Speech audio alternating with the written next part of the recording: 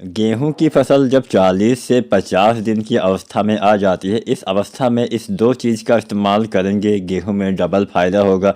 गेहूं में बहुत ही अच्छी आपकी बाद में बालियाँ आएंगी, अच्छा आपको उत्पादन, अच्छी ग्रोथ, हरियाली, ये सब आपको देखने को मिलेगी। तो आज की ये पूरा वीडियो किसान भाइयों अवश्य देखिएगा, और जो भी आपके मन में सवाल हो आप कमेंट करिए। आप हमें कमेंट के माध्यम से यह भी बता सकते हैं कि आपकी गेहूं की फसल अभी कितने दिन की हो गई है। चलिए वीडियो स्टार्ट करते हैं। 40 से 50 दिन की अवस्था में सबसे पहले कार्य आपको क्या करना है? सबसे पहला चीज़ तो आपको सिंचाई करनी है। गेहूं में हम दूसरा पानी 40-45 दिन के आसपास लगाते हैं। ये समय पहले भी आ सकता है, बाद में भी आ सकता है।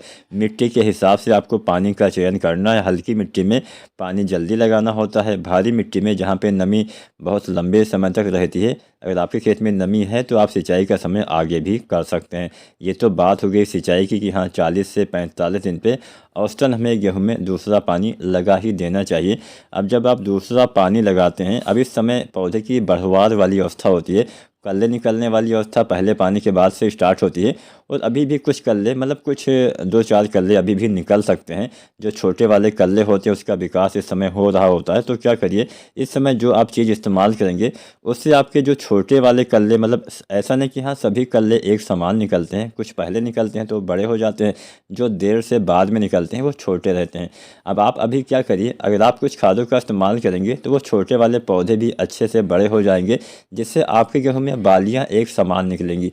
क्या होता है, कई बार जो हमारे पहले कल्ले निकल आते हैं उसमें तो बालियां अच्छी आती हैं, लेकिन बाद वाले कल्ले में बालियों की साइज कम रह जाती है, छोटी रह जाती है, जिससे भी उत्पादन हमें उतना अच्छा नहीं मिलता है।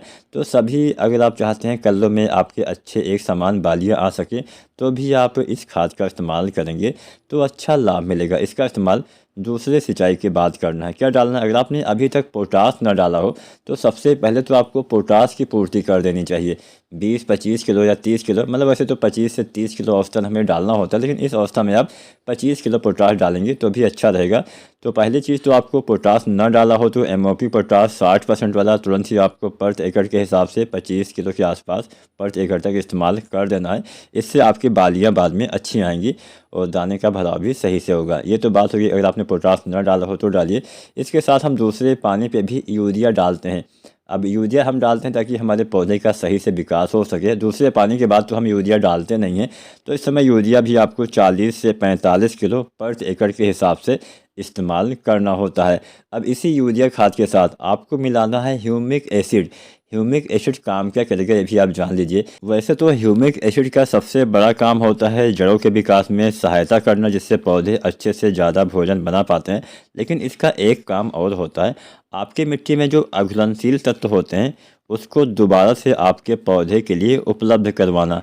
हमने मान लीजिए पहले पानी पे आपने कुछ जिंक वगैरह डाला या फिर कोई भी माइक्रो न्यूट्रिएंट्स डाले, अगर आपकी मिट्टी का पीएच ज़्यादा वगैरह होता है, मतलब ज़्यादा होता है, तो क्या होता है कि ये सारे तत्व अघुलनशील रूप में चले जाते हैं जो आपके पौधे ले नहीं पाते। या फिर कुछ भी आपने गलती कर दी, आपने जिंक और फास्फोरस एक साथ डाल दिया, या फिर कोई भी ऐसी गलती कर दी जिससे ये जो तत्व होते हैं जो अघुलनशील रूप में चले गए हैं, वो दोबारा से आपके पौधे के लिए इस समय अगर आप डालते हैं तो ह्यूमिक एसिड उपलब्ध करवाता है। इसके साथ साथ प्रकाश संश्लेषण में मदद करता है, पौधे में भोजन ग्रहण करने की क्षमता को बढ़ा देता है, आपके पौधे को जो तत्व चाहिए उसकी पूर्ति ये करवाता है।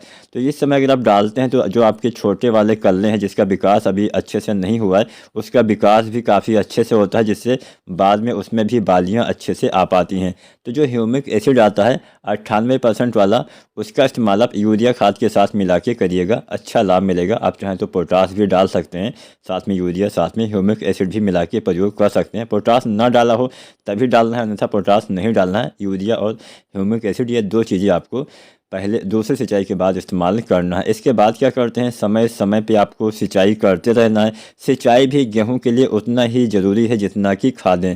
अब ऐसा नहीं कि हाँ कोई धान की फसल है आपको हमेशा पानी भर के रखना नहीं है, लेकिन मिट्टी में नमी की कमी ना होने पाए, बस इतना ध्यान रखिए। हल्का हल्का सिंचाई करके नमी आप बना सकते हैं।